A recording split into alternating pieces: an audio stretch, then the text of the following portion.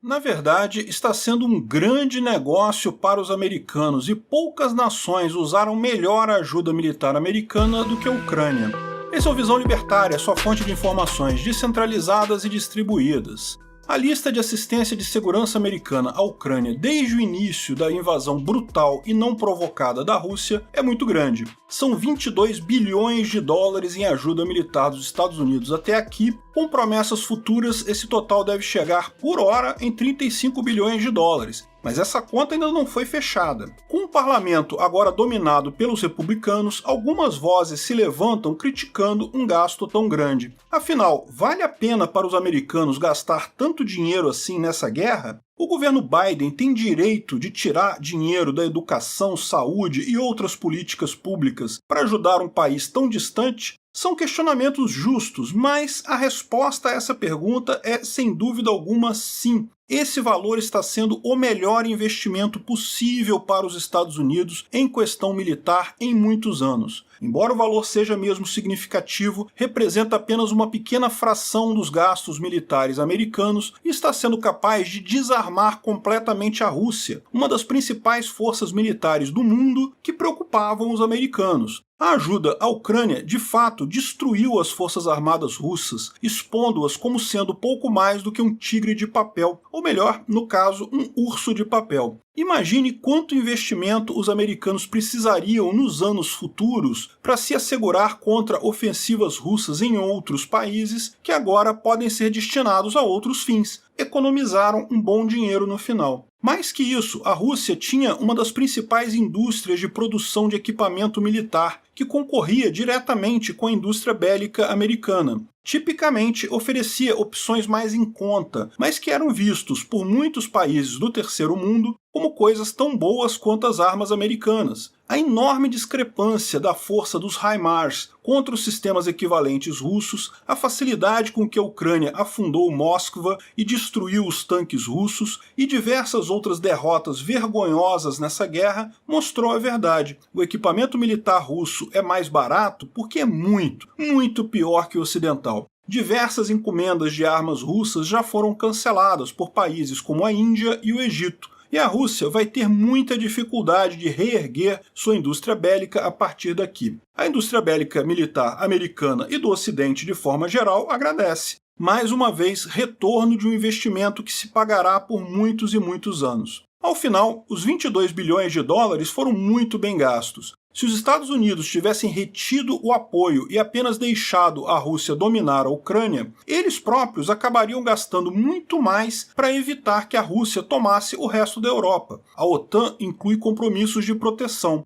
Imagina o custo que seria armar Polônia, países bálticos, Romênia e outros tantos países na região para fazer frente a uma Rússia vitoriosa e animada. Portanto, só no campo econômico já valeu muito a pena. Sai muito mais barato ajudar a Ucrânia agora do que o custo alternativo que viria depois. Mas existe um outro valor que pode passar desapercebido. A guerra serviu como um bom campo de provas para grandes conflitos modernos. Já faz muitos anos que não se vê no mundo uma grande guerra com paridade de forças. Os americanos invadiram o Afeganistão e o Iraque, verdade, mas a superioridade era tanta que não havia comparação. O mesmo pode ser dito das guerras da Rússia com a Geórgia. De fato, todo mundo, principalmente Putin, esperava que essa guerra fosse mais desse tipo, uma invasão rápida com a destruição completa da Ucrânia em pouco tempo. Ao final, o resultado foi muito diferente, e um conflito mais paritário mostrou lições valiosas a todos que observam esse conflito. A importância da tecnologia e da descentralização.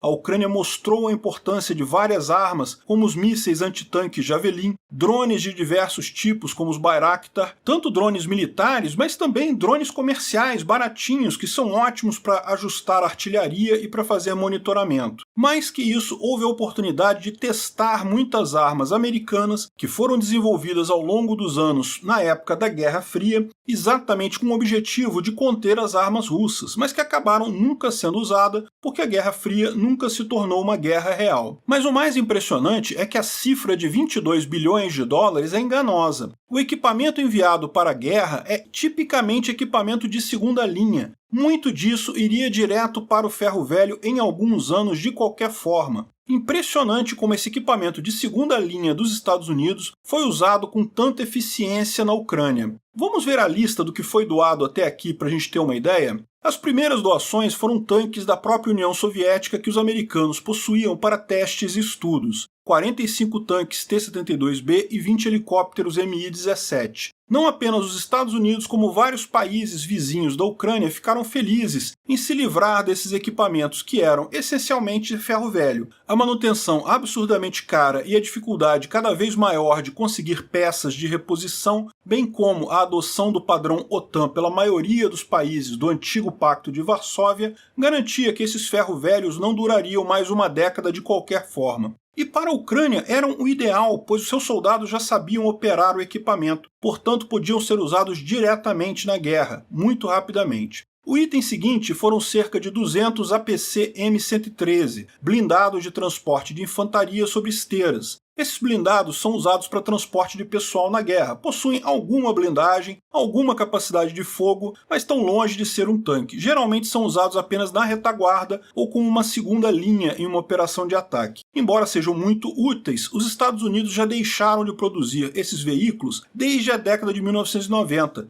e estavam em processo de decomissionamento, ou seja, estavam sendo jogados fora. Foram enviadas ainda outras 250 unidades de um outro APC, que é o M1117, que é mais moderno, funciona sobre rodas e chegou a ser produzido até 2014, mas também não é mais usado nas forças militares americanas, que os distribuíram para forças policiais nos Estados Unidos e até em outros países. Foram enviados, por exemplo, 700 para o Afeganistão e 400 para o Iraque. Portanto, também não são equipamentos que fariam falta na defesa americana. A lista inclui 400 dos chamados veículos táticos, que pode ser algo surpreendente para quem não entende o jargão militar, mas de fato são caminhonetes para transporte de materiais diversos, com capacidade entre 2,5 até 5 toneladas de carga. São mais resistentes que caminhonetes que você pode comprar numa concessionária, têm alguma blindagem, mas não são veículos de combate, são veículos de logística. Apesar disso, são extremamente úteis numa guerra. A logística é muito mais importante do que parece num primeiro momento. Os contribuintes americanos deram à Ucrânia 477 veículos protegidos contra emboscada e resistente a minas, os chamados MRAPs. Esses veículos muitas vezes são usados mais para conter revoltas internas do que guerra. A blindagem deles é tão grande que permite até suportar explosões de alguns tipos de minas terrestres, e podem ser usados para avançar em meio a tiroteio e ataques de infantaria. Mas são muito pesados, a manutenção é muito cara, motivo pelo qual o exército americano está abandonando o seu uso.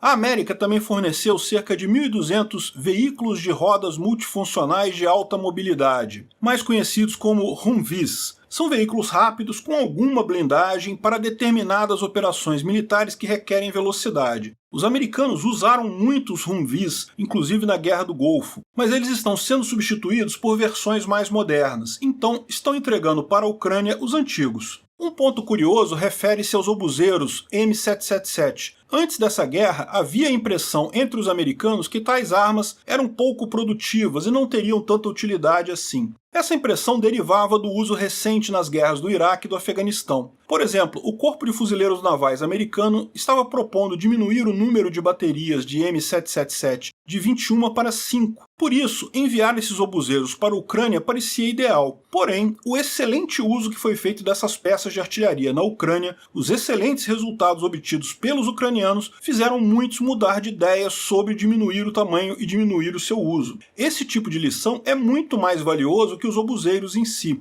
E veja, não foi só ferro velho, a Ucrânia recebeu também algumas coisas boas. Na defesa aérea, alguns sistemas de ponta foram entregues. Ainda assim, todos eles dentro da reserva estratégica americana, ou seja, não vão fazer falta. E vão trazer uma informação extremamente útil para os americanos, que é o quanto esses sistemas são eficientes para parar ataques de mísseis russos. Foram alguns NASAMS, Sistemas Nacionais Avançados de Mísseis Superfície-Ar, com o objetivo de proteção de áreas mais pontuais, Em algum tempo, um total de 8 Nasams serão enviados, mas é preciso muito treinamento, a operação desses sistemas de defesa antiaérea é crucial e é bastante trabalhoso. E recentemente foi prometida uma bateria inteira do Patriot, que é um sistema de maior escala e complexidade, capaz de parar qualquer míssil que os russos possuam, em tese, talvez até o míssil hipersônico russo. São sistemas modernos e atualmente usados pelos americanos, mas só a experiência de ver a capacidade desse sistema contra ataques reais russos já tem um valor inestimável para as forças armadas americanas. Mas a história maior está nos antigos mísseis Hawk, que os Estados Unidos estão fornecendo. Os Estados Unidos não usam mais os mísseis Hawk desde 2002, e como fabricaram milhares deles, seria muito interessante saber mais sobre como esses mísseis antigos estão se saindo em campo.